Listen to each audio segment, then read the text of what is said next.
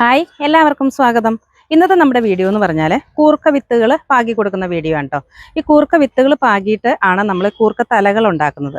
ആ കൂർക്ക തല മുറിച്ച് നട്ടിട്ടാണ് വീണ്ടും നമ്മൾ കൂർക്ക വിത്തുകൾ ഉണ്ടാക്കുന്നത് കേട്ടോ. നമ്മൾ മധുരക്കിഴങ്ങൊക്കെ നടൂലേ, അതുപോലെ മധുരക്കിഴങ്ങ് നട്ട് മധുരക്കിഴങ്ങിൻ്റെ വള്ളി ഉണ്ടാക്കി, വള്ളി നട്ട് വീണ്ടും മധുരക്കിഴങ്ങ് ഉണ്ടാക്കുന്ന അതേ പ്രോസസ്സ് തന്നെയാണ് ഇതും. നമ്മൾ കൂർക്ക തല നട്ടിട്ട് കൂർക്കത്തല ഉണ്ടാവാനുള്ള വള്ളി ഉണ്ടാക്കുന്നു.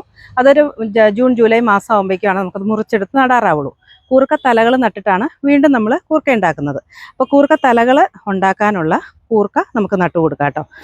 അത് കണ്ടോ, ഇവിടെയാണ് കേട്ടോ നമ്മൾ കൂർക്കത്തല നടാനായിട്ട് കൊത്തി ഇളക്കി വെച്ചിരിക്കുന്നത്. അതിൻ്റെ അപ്പുറത്ത് നമ്മൾ മധുരക്കിഴങ്ങ് നട്ടിരിക്കുന്നതാണ്.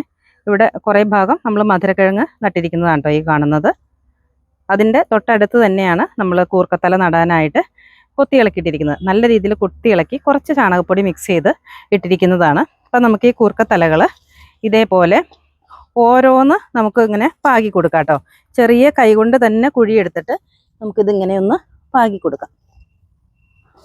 അടുത്തടുത്തടുത്തായിട്ട് പാകിയാൽ മതി. ഇത് വള്ളികൾ വന്നു കഴിയുമ്പോഴാണല്ലോ നമ്മൾ കട്ട് ചെയ്ത് നടുന്നത്. അപ്പോൾ അത് വള്ളികളായി വരാനായിട്ട് ഒരു ജൂൺ ജൂലൈ മാസമൊക്കെ ആകുമ്പോഴത്തേനും നമുക്ക് കട്ട് ചെയ്ത് നടാറാവും. അപ്പോൾ ഈ സമയത്ത് നമ്മൾ പാകി കൊടുത്താലാണ് നമുക്ക് ആ സമയത്തേക്ക് ഇത് റെഡിയായി വരുള്ളൂ. അപ്പോൾ ഇതെല്ലാം ഇതേപോലെ ഒത്തിരി വലിയ കുഴിയൊന്നും എടുക്കണം. നമ്മൾ കൈകൊണ്ട് തന്നെ ഒന്ന് ചെറിയ കുഴി എടുത്തിട്ട് ഒന്ന് മൂടി കൊടുത്താൽ മതി. അപ്പോൾ ഇത് വിത്തുകൾ ഉണ്ടാക്കാനായിട്ട് നമ്മൾ കറിക്ക് വെക്കുന്ന കൂർക്കയുണ്ടല്ലോ, ആ കൂർക്ക എടുത്ത് വെച്ച് തണലത്ത് വെച്ചിരുന്നാൽ ഇതേപോലെ മുള വരും. ആ മുള വന്ന വിത്തുകൾ എടുത്ത് ഇതേപോലെ മണ്ണിലോട്ട് ഇട്ട് കഴിഞ്ഞാൽ നമുക്ക് നല്ല രീതിയിൽ കൂർക്കത്തലകൾ ഉണ്ടാക്കിയെടുക്കാനായിട്ട് പറ്റുമേ. അപ്പോൾ ഇങ്ങനെയാണ് കേട്ടോ നമ്മൾ കൂർക്ക വിത്തുകൾ പാകി കൊടുക്കുന്നത്. കൂർക്ക വിത്തുകൾ പാകുമ്പോൾ നമ്മൾ നട്ടു കൊടുക്കുന്ന സമയത്ത് ആ കൂർക്ക തലകൾ നല്ല കരുത്തോടെ വളർന്നു വരാൻ വേണ്ടിയിട്ട് മാത്രം നമ്മൾ കുറച്ച് ചാണകപ്പൊടി ഇട്ട് കൊടുക്കുക.